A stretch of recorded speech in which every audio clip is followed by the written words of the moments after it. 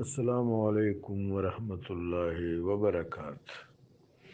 سیدنا معاذ ابن جبل رضی اللہ تعالیٰ عنہ کے ساتھ آقا و مولا صلی اللہ علیہ وآلہ وبارک وسلم کی گفتگو بہت واضح ہے۔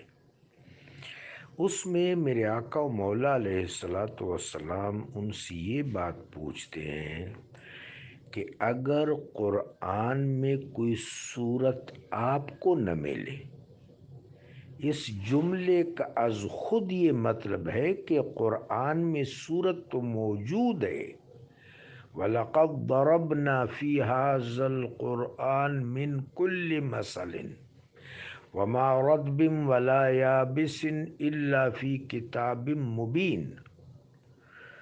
قرآن میں صورت تو حقیقتاً اور واقعاتاً موجود ہے، لیکن اگر آپ کو نہ ملے تو آپ کیا کریں گے؟ تو انہوں نے فرمایا کہ پھر سنت سے رجوع کروں گا۔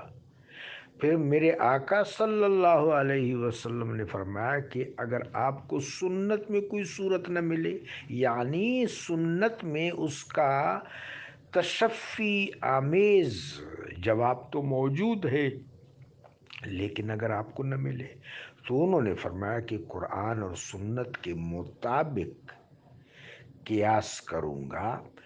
اس کا مطلب ہے قرآن اور سنت کی ضوء میں اور توسیع میں اور قرآن اور سنت کی روشنی کا اطلاق کر کے مسئلہ کا حل معلوم کرنے کی سعی کروں گا، جس پر میرے آقا مولا علیہ الصلاۃ و تحیت و سلام شادمان ہوئے۔ وہ روایت اس طرح ہے۔ اگلی بات کہ مصادر حقیقیہ وہ تو دو ہیں، ایک مصدر مطلق ہے، ایک مصدر منتصب ہے۔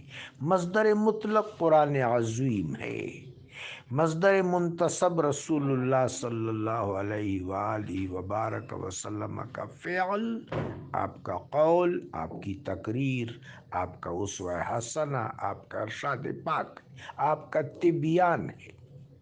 یہ دو مصادر ہیں، مصادر مطلق، مصدر مطلق، مصدر منتصب۔ ان دونوں چیزوں پر دین کی اساس ہے، دین کی بنیاد ہے۔ اس کے بعد پھر تمسک کی بات ہے، اعتصام اور تمسک۔ اعتصام قرآن عظیم سے اور تمسک اہل البیت اطہار سے۔ اب رہی بات اجماع کی، جس طرح حضرت امام شافعی رحمہ اللہ تعالی فرماتے ہیں کہ اجماع میں تمام مجتہدین کا باہم یک رائے ہونا شرط ہے، تو ایسا اجماع قریب قریب ناممکن الوقوع ہے۔ ایسا جس طرح ہمارے بزرگ اب ذکر کرتے ہیں، مثلاً ایک کتاب میں نے دیکھا، حضرت خلیل احمد سہارنپوری رحمۃ اللہ علیہ لکھتے ہیں کہ فصار الاجماع من الصحابۃ والتابعین فی زمن عمر، کہ اس بات پر حضرت عمر کے زمانے میں صحابہ اکرام اور تابعین کا اجماع ہوا، اور اس سے بڑا اجماع کوئی ہو ہی نہیں سکتا۔ ایسا تو نہیں ہے۔ کیا سارے کے سارے صحابہ مدینہ شریف میں تھے؟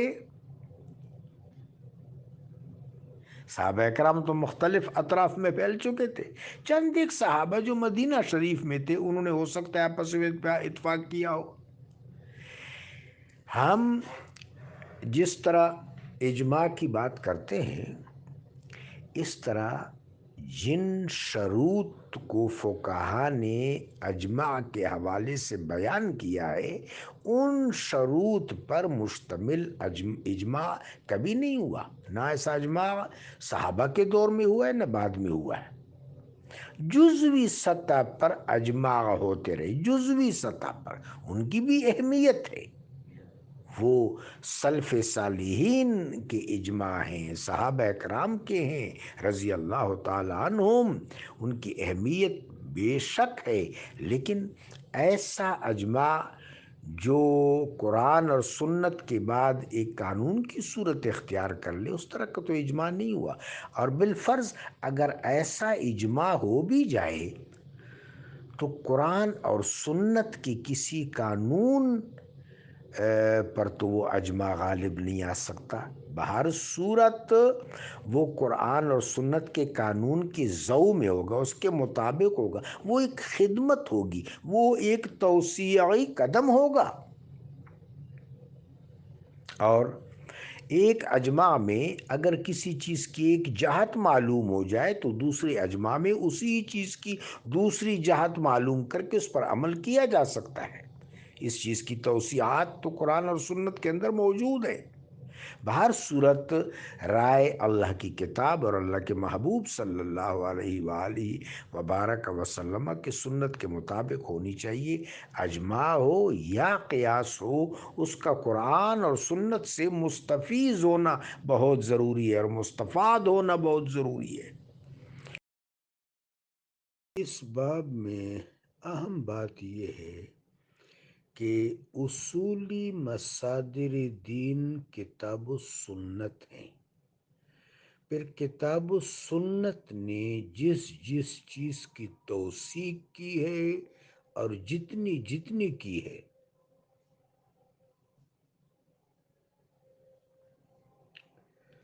یعنی کتاب و سنت نے یہاں تک توثیق کی ہے کہ وَاتَّبِعْ سَبِيلَ مَنْ أَنَابَ إِلَيَّ، اس شخص کے راستے پر چلو جو ہماری طرف آتا ہے۔ اب یہاں سے عالم راسخ اور عالم قائم بالقسط مراد ہے، یہاں سے شیخ طریقت مراد ہے۔ قرآن نے ان کی توثیق کر دی ہے۔ اس طرح میرے آقا و مولا صلی اللہ علیہ وآلہ وبارک وسلم نے فرمایا کہ کتاب اللہ سے اور میری اہل بیت سے تمسک کرو، تو رسول اللہ صلی اللہ علیہ وآلہ وبارک وسلم نے اہل بیت اطہار کو متمسک قرار دیا اور ان کی توثیق کر دی۔ اس طرح میرے آقا و مولا علیہ الصلوۃ والسلام نے حضرت عبداللہ ابن عباس رضی اللہ تعالیٰ عنہ کو حبر الامت قرار دیا، ان کی توثیق ہو گئی۔ اس طرح میرے آقا و مولا صلی اللہ علیہ وسلم نے عبداللہ ابن مسعود کو رضی اللہ تعالیٰ عنہ فقیہ الامت قرار دیا۔ ایسی ہی میرے آقا و مولا علیہ السلام نے ابا ذر غفاری رضی اللہ تعالیٰ عنہ کی توثیق کی۔